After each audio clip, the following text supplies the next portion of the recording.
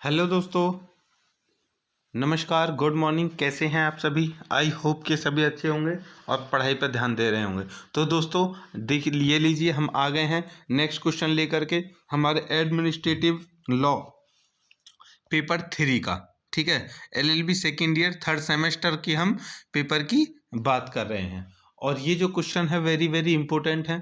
ठीक है, जो पेपर में आने ही आने हैं, इस वजह से हम आपको लेकर के आ गए हैं। उनको पढ़ करके आप अपने अच्छे नंबर्स ला सकते हैं और अपने जो पढ़ाई है उसको अच्छा बना सकते हैं। तो चलिए देखते हैं आज का क्वेश्चन क्या है। रेडी हो जाइए।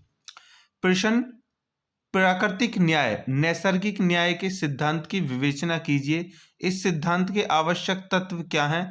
भारत में है कितने सिद्धांत हैं? इस सब की विवेचना कीजिए और प्राकृतिक न्याय का अर्थ भी हमें बताना है। ठीक है, क्वेश्चन बहुत छोटा कर दिया है जल्दी जल्दी से लिखने के चक्कर में, लेकिन अगर प्राकृतिक न्याय नैसर्गिक न्याय कहीं भी आता है उस क्वेश्चन का उत्तर यही होगा जो हम बता रहे हैं। बच्चों एक बात और दोस्तों मैं आपको बता दूं कि जो क्वेश्चंस होते हैं उसको अलग अलग तरीके से पूछने में जो यूनिवर्सिटी है वो माहिर होती है। बस अगर जिस बच्चे ने ये देख सीख लिया कि भाई क्वेश्चन किस तरह से आ रहा है और उसका क्वेश्चन किस तरह से लिखना है, तो उसके लिए आधी जो प्रॉब्लम है वो सॉल्व हो गई। इसलिए क्वेश्चन किसी भी तरह से आए, कोई भी क्वेश्चन आए, अगर ये शब्द हो प्राकृतिक न्याय नैसर्गिक न्याय, ठीक है, तो यही चीजें आपको लिखनी है। ठीक है, स्टार्ट यहीं से करना है और जहां हम खत्म करेंगे वहीं पर खत्म करना है। कोई प्रॉब्लम नहीं होगी, पूरे के पूरे नंबर आएंगे। चलिए तो स्टार्ट करते हैं। प्राकृतिक न्याय का सबसे पहले अर्थ देखते हैं।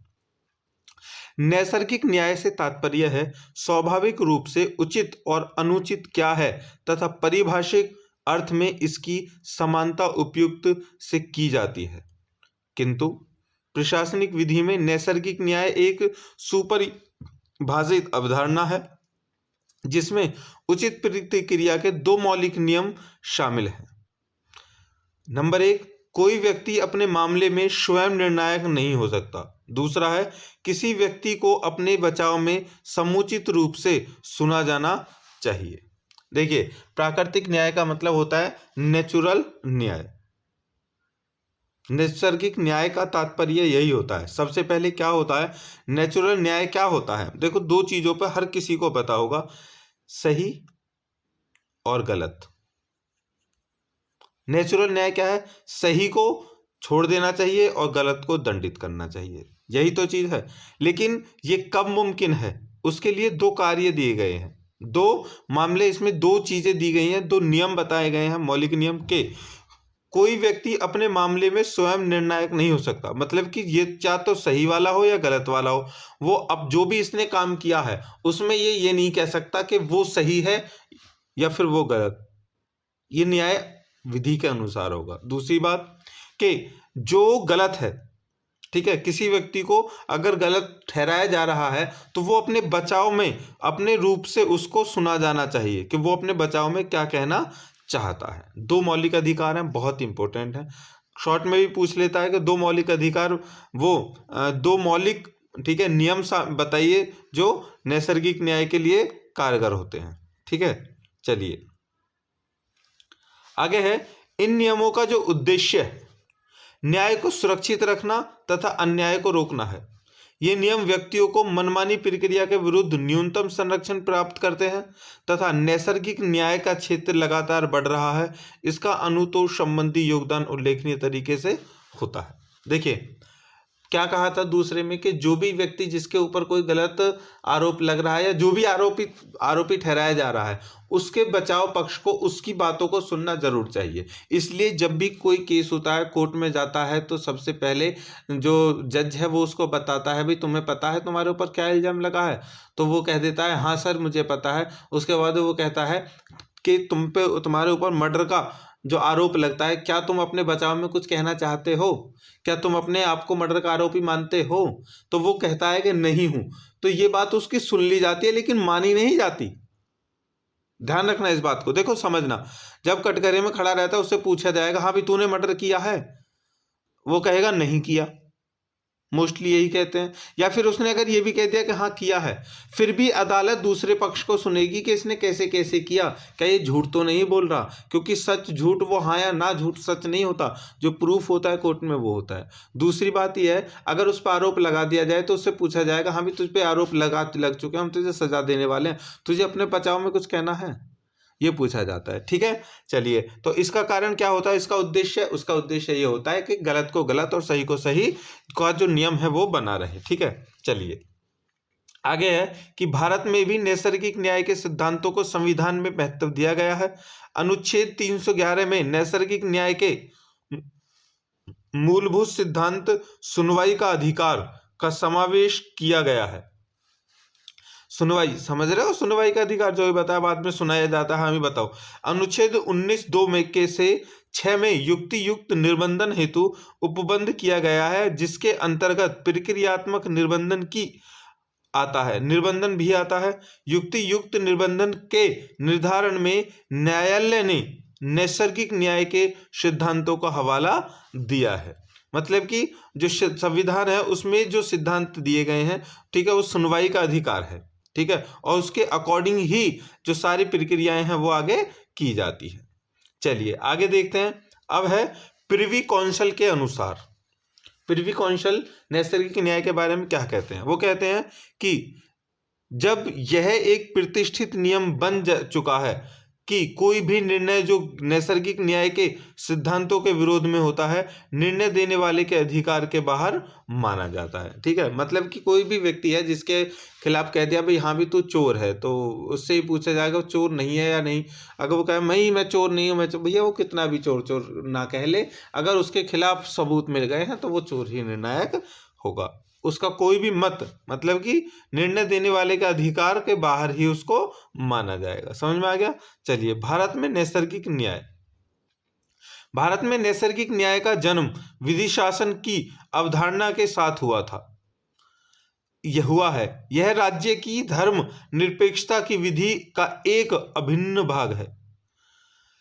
वर्तमान काल में विधायन, प्रशासन तथा निर्णयन के क्षेत्र में नैसर्गिक न्याय के ऋजुता एवं औचित्यता के सिद्धांत सर्वव्यापी होते जा रहे हैं। इसके अनेक रूप और रंग हैं।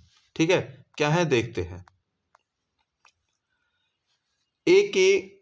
क्रैपक बनाम भारत संघ AIR 1970, ये एक मामला है। उसमें क्या है कि इसमें नैसर्गिक न्याय निश्चित किया गया, नैसर्गिक न्याय के क्षेत्र की विस्तृत करते हुए यह निश्चित किया गया कि नैसर्गिक न्याय की संकल्पना में पिछले कुछ कार्यों में एक बहुत बड़ा परिवर्तन हुआ। इसके पहले यह सोचा जाता था कि इसमें 2 नियम शामिल हैं। कोई भी व्यक्ति अपने ही मामले में न्यायाधीश नहीं बन सकता।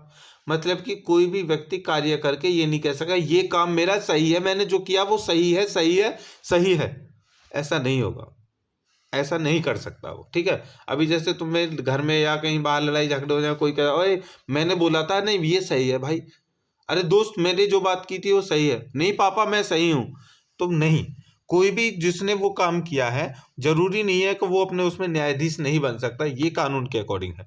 ठीक है, कानून के अकॉर्डिंग है। दूसरा है पक्षकार के विरुद्ध कोई भी निश्चय युक्ति युक्त सुनवाई किए बिना नहीं दिया जाएगा। मतलब पक्षकार जो है उसके विरुद्ध कोई भी निश्चय युक्ति युक्त सुनवाई, मतलब कि उसकी सुनवाई किए बिना कोई भी उसके खिलाफ नहीं, मतलब कि जैसे किसी को पे साबित हो गया वो चोर है या फिर मर्डरर है, तो पहले जब तक उसकी सुनवाई न कर ली जाए कि हाँ भी तुम पे मर्डर का इल्जाम लगा है, बताओ क्या कंडीशन है, तो वो जब तक नहीं बताएगा, जब तक वो नहीं कहेगा, जब तक उसके खिलाफ कोई भी कोई भी पक्षकार कुछ नहीं कह सकता। पहले उससे सुनना भी जरूरी होगा। तीसरा है न्यायिक कृत्य मामले में विनिश्चय सद्भाव युक्त बिना पक्षपात के होने चाहिए, न कि मनचाहे या अनुयुक्त ढंग से। मतलब कि कह रहा है कि जितने भी न्याय के जितने भी जो निश्चित हैं, ठीक है, मतलब कि जिनको उस पर जो उनको बताया जाता है हाँ भी तुम पे ये सब जिस किसी के ऊपर कोई आरोप लगा तो न्यायालय हाँ ठीक है लोगों ने कह दिया इसको मान लिया, नहीं, वो बिना किसके पक्षपात के होने चाहिए, ये जरूरी है। ठीक है, चलिए आगे देखते हैं। आगे है इसमें कि कोई व्यक्ति अपने निजी मामले का स्वयं निर्णय नहीं करेगा। दूसरा है कोई व्यक्ति बिना सुने दोषी नहीं ठहराया जाएगा। तीसरा, जो व्यक्ति किसी मामले को सुनेगा वही निर्णय देगा। चौथा, पक्षों को प्रतिपक्षन क्रॉस एग्जाम का अवसर दिया जाएगा। मतलब कि देखो, अभी जब भी आपने मूवियों में उसमें देखा होगा, ठीक है, तो सबसे पहले क्या किया जाता है, सबसे पहले तो उससे पूछा जाता है, हाँ भी तेरे लिए ये हुआ है, तेरे ऊपर ये इल्जाम लगा है, तू बता तेरा क्या मत है। वो मत बताएगा। फिर उसके बिना उसको कोई और व्यक्ति ये नहीं कह सकता कि ये दोषी है। दोषी कौन करेगा? जो उसकी सुनवाई कर रहा होगा, मतलब कि जज। और उसके बाद में जिसने, अगर किसी ने उसके विपक्ष में स्टेटमेंट दे दी तो दूसरे पक्ष का यानी पक्षकार का ये हक होगा कि उससे क्रॉस एग्जामिनेशन कर सके। जैसे किसी ने कहा हाँ मैं नहीं देखा था सर, इसको वहां पर मर्डर कर रहा था, तो दूसरा उसके जो जिसके ऊपर इल्जाम लगा रहे उसका वकीला कह रहा है हाँ अच्छा तुमने देखा था, कैसे देखा था, तुम कहाँ थे, तुमने देखा था नहीं दे, बहुत सारी चीजें करेगा। जब तक वो ये नहीं कह पता लगा लेगा हाँ इसकी स्टेटमेंट सही है, तब तक वो उससे सवाल कर सकता है। अब है प्राकृतिक न्याय की परिभाषा। देखिए नैसर्गिक न्याय को एक धारणा के रूप में माना जाता है। कारण यह है कि नैसर्गिक न्याय का विचार सीधे साधे शब्दों में नहीं रखा जा सकता है। न्यायिक निर्णयों में से इसकी परिभाषाओं और मानकों को ढूंढना तथा विशिष्ट मामलों के तथ्यों को लागू करना एक टेढ़ी खीर है। ठीक है, यह सब होते हुए भी इसका अध्ययन न्याय की तरह करना रहा है। कुछ और लिख रहा है कि हाँ, न्याय की रक्षा करना रहा है। प्रोफेसर वेड के अनुसार प्राकृतिक न्याय का नाम कुछ उन मौलिक नियमों को दिया जाता है जो किसी प्रशासनिक शक्ति के पालन करने के लिए आवश्यक होते हैं। मतलब प्रशासन की जो शक्ति है उसको कार्यरत बनाने के लिए, उसका पालन करने के लिए होते हैं। प्रशासनिक विधि में प्राकृतिक न्याय, ध्यान रखना, प्राकृतिक न्याय की अवधारणा अत्यंत महत्वपूर्ण है। किसी भी देश के अच्छे प्रशासकीय ढांचे के लिए प्राकृतिक न्याय अथवा प्रक्रिया के मूलभूत नियम प्रारंभिक आधार होते हैं। मतलब किसी भी देश के अगर प्रशासकीय ढांचा है ना, मतलब कि जो उसके जितना भी कार्यरत सरकारी कर्मचारी हैं, ठीक है, उन सब के जो क्या न्याय होना चाहिए, क्या प्रक्रिया होनी चाहिए, वो उसके मूलभूत नियम हैं। किसके? प्रशासनिक जो न्याय है उसके। प्राकृतिक न्याय केवल प्रशासनिक विधि का ही सिद्धांत नहीं है। सबसे पहले तो यह एक सार्वभौमिक यूनिवर्सल नियम है। यह न्यायिक प्रक्रिया का वह भाग होता है जो अपनी सार्वभौमिकता के कारण प्रशासनिक प्रक्रिया में सम्मिलित किया गया है। ठीक है दोस्तों, मतलब कि यह केवल प्राकृतिक न्याय जो है वो प्रशासनिक के लिए नहीं है भैया, ये सबके लिए है, जितने भी हर एक नागरिक के लिए जो देश में रह रहा है और उससे बाहर भी। ठीक है दोस्तों, चलिए समझ में आ गया होगा। आगे चलते हैं। जस्टिस फजल अली ने भारतीय संविधान में वर्णित शब्दावली विधि द्वारा स्थापित प्रक्रिया की व्याख्या A.K. गोपालन में शुद्ध रूप से करते हुए कहा है कि, ध्यान रखना स्पेशल बात है, प्राकृतिक न्याय की संज्ञा दी जानी चाहिए उनके मतानुसार नैसर्गिक न्याय के लिए निम्नलिखित 4 तत्वों का होना आवश्यक है। नंबर 1, सूचना, इंफॉर्मेशन। दूसरा, सुने जाने का अधिकार, राइट टू हियरिंग। तीसरा है निष्पक्ष न्यायाधिकरण। और चौथा है सामान्य न्याय की प्रक्रिया, मतलब कि सिंपल प्रक्रिया होनी चाहिए न्याय की, ताकि सभी को समझ में आए, कठिन नहीं होनी चाहिए। अब है प्राकृतिक न्याय के आवश्यक तत्व। प्राकृतिक न्याय के आवश्यक तत्व 4 महत्वपूर्ण हैं। देख लेते हैं क्या है वो 4 महत्वपूर्ण। नंबर 1, अपने ही वाद में कोई भी व्यक्ति स्वयं न्यायाधीश नहीं होगा। मतलब कि जिसके ऊपर जो इल्जाम लगा है वो उसका न्यायाधीश नहीं बन सकता। दूसरा, कोई भी व्यक्ति बिना सुने दोषी नहीं ठहराया जा सकता। तीसरा, व्यक्ति को प्रति परीक्षण का अवसर दिया जाएगा, मतलब कि अपने खुद को जांचने का उसको अवसर दिया जाएगा। चौथा, जो व्यक्ति सुने उसे ही निर्णय करना चाहिए, मतलब जो व्यक्ति सुने उसे ही निर्णय, मतलब जो हियरिंग कर रहा है, जज हियरिंग कर रहा है तो भैया निर्णय भी वही देगा। अब है आगे अपने ही वाद में कोई भी व्यक्ति स्वयं न्यायाधीश नहीं हो सकता। जैसे इसको थोड़ा डिटेल में समझते हैं। प्राकृतिक न्याय का सिद्धांत है कि न्याय उचित और पक्षपात रहित होना चाहिए। इसके लिए आवश्यक यह है कि जो व्यक्ति किसी मामले में स्वयं उलझा हुआ हो वह उसका निपटारा स्वयं नहीं कर सकता। मनुष्य कितना ही विशाल हृदय क्यों न हो, लेकिन वह स्वयं के मामलों में वह फिसल जाता है। इसलिए उसे स्वयं के मामले में न्यायाधीश न रहने दिया जा सकता है और ना ही रहने दिया जाए। वह उचित न्याय कर ही नहीं सकता, वह अवश्य ही पक्षपातपूर्ण व्यवहार करेगा। मतलब कि अगर कोई चोरी करके पकड़ लिया गया तो वो कभी भी अपने आप को पहले तो ये नहीं स्वीकार करता कि मैंने चोरी की है, क्योंकि इसी दुनिया में सबसे अगर कठिन कोई चीज है तो वो है खुद की गलतियों को पहचानना। दोस्तों समझ में आ गया? क्योंकि इसी आधार पर यह बात कही गई है कि कोई भी अपनी गलतियों को नहीं देख सकता, क्योंकि किसी को भी अपनी गलतियां नजर नहीं आती। दूसरा है, कोई व्यक्ति बिना सुने दोषी नहीं ठहराया जाना चाहिए। इसका अर्थ यह है कि प्रत्येक व्यक्ति को अपनी सफाई देने का पूरा अवसर दिया जाना चाहिए। प्राकृतिक न्याय के सिद्धांत का तकाजा है कि किसी निर्दोष व्यक्ति को दंड न मिलने पाए, और इसके लिए आवश्यक है कि नंबर 1, प्रत्येक व्यक्ति को अपने ऊपर लगाए गए आरोपों को सूचना दी जाए। दूसरा, उसको यह मौका दिया जाए कि वह अपने बचाव के लिए उचित साक्षी अभिलेख या अन्य किसी प्रकार के साक्ष्य प्रस्तुत करे। ठीक है दोस्तों, दोनों चीजें इंपॉर्टेंट है। चलिए आगे चलते हैं। अजय बहुगुणा व अन्य बनाम शिक्षा अधिकारी जूनियर हाई स्कूल परीक्षा 1984 में याचिकाकर्ता की वार्षिक परीक्षा का परिणाम जूनियर हाई स्कूल परीक्षा समिति ने निरस्त कर दिया। परंतु वैसा करने से पहले परीक्षार्थी याचिकाकर्ता को न तो कारण बताया, नोटिस दिया गया और न ही उसे इस बात का बचाव करने का अवसर दिया गया कि क्या उसने परीक्षा में अनुचित साधनों का प्रयोग किया था या नहीं। सारी जांच की कार्रवाई प्रार्थी की अनुपस्थिति में और बिना बुलाए ही की गई थी। यह प्राकृतिक न्याय के नियमों का उल्लंघन था। उच्च न्यायालय ने उसे अनुच्छेद 256 के अधीन याचिका राइट टू स्वीकार करते हुए सभी आदेशों को रद्द कर दिया। मतलब कि जिसके ऊपर ये इल्जाम लगे थे उसको पता ही नहीं था कि मेरे ऊपर ये चल रहा है, भैया उसको बताना चाहिए था, इसलिए उसको बाद में सबको रद्द कर दिया गया। तीसरा है, व्यक्ति को प्रति परीक्षण का अवसर मिलना चाहिए।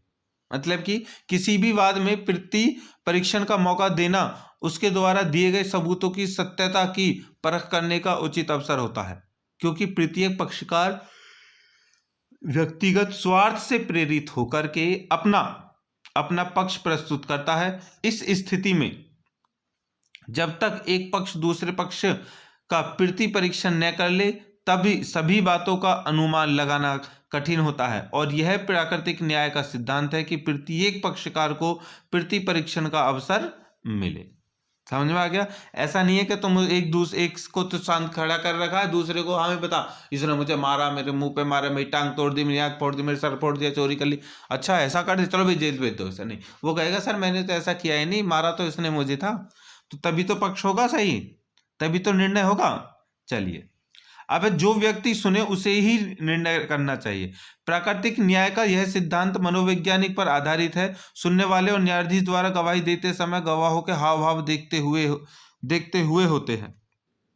ही बनते हैं। वह सुनते सुनते ही मामले की तह में पहुंच जाते हैं, अतः वह निर्णय उचित ही करेंगे। जिस न्यायाधीश ने वाद की कार्यवाही एवं संचालित न की हो उसे न्याय करने में कठिनाई होगी और उसका निर्णय ठोस कठिन नहीं होगा। अतः जो सुने ही नहीं वह निर्णय भी नहीं कर सकता, इसलिए कहा है जो सुने वही निर्णय करे। ठीक है, चलिए नेक्स्ट। प्रशासनिक न्यायाधिकरणों से अपेक्षा की जाती है कि वे प्राकृतिक न्याय के सिद्धांतों का पालन इस प्रकार करें। देखिए बहुत इंपॉर्टेंट चीजें हैं, ये क्वेश्चन शॉर्ट में भी आ जाता है कि प्रशासनिक न्यायाधिकरणों की अपेक्षा क्या वो चीजें हैं जो उनको करनी चाहिए, किन सिद्धांतों को पालन करना चाहिए। नंबर 1 है, पक्षों की वाद की सूचना दी जाए, आरोपों की सूचना दी जाए उस व्यक्ति को जिसका उससे संबंध हो। मतलब जो आरोपी ठहराया जा रहा है उसके बारे में उसको सारी चीजें बताई जानी चाहिए। दूसरा, पक्षकारों को सुने जाने का सही मौका दिया जाए। तीसरा, वाद पर विचार किया जाए। चौथा, न्याय पवित्र सही के हित में ही होना चाहिए। ठीक है दोस्तों, न्याय पवित्र सही के हित में ही होना चाहिए। तो ये क्वेश्चन हो चुका है हमारा, एंड आई होप कि आपको ये समझ में आ गया होगा और इम्पोर्टेंट है, बहुत ही ज़्यादा पेपर में आएगा ही आएगा, इसलिए इसकी तैयारी अच्छे से कर लें और पेपर में दे करके आएँ। हमारे वीडियो को लाइक कर दें अगर आपको मेरा पढ़ाना अच्छा लग रहा होगा मैं आपकी मदद कर रहा हूँ तो लाइक कर दें। और प्रॉब्लम हो, कोई सब चीज़ समझ में नहीं आ रही, कोई शब्द समझ में नहीं आ रहा, तो कमेंट बॉक्स में कमेंट कर दें। मिलते हैं नेक्स्ट वीडियो में नेक्स्ट क्वेश्चन के साथ, तब तक के लिए बाय बाय।